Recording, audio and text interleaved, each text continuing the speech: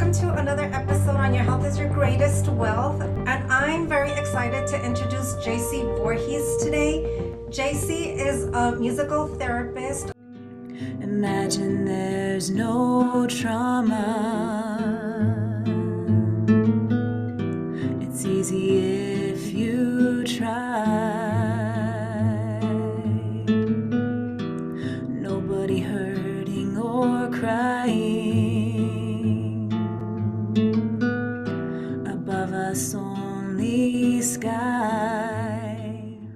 One of the interesting things about trauma is that it's stored in a part of the brain that's geographically as far away as you can get as the verbal centers. So it is very difficult to really process trauma through just talking about it.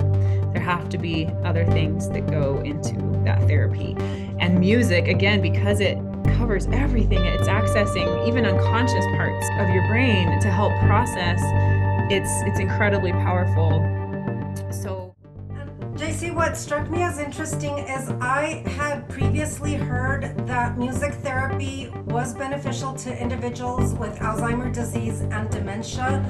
I did not know the broad extent to how much music therapy is actually used with other health issues, including you mentioned that you do work with kiddos and that you work with, I guess, what you call a neurodivergent population. And that's a whole new world for me. So can you do a little bit of a dive into what that looks like? Yeah, so the cool thing about music and how it relates to music therapy is that music, it literally stimulates like every part of your brain, depending on what you're doing. They've done MRI and fMRI studies looking at the impact of music on a neurological level, and it impacts motor areas and speech and sensory areas and of course auditory, but there's so much. We narrow those down to cognitive, sensorimotor, and speech and language.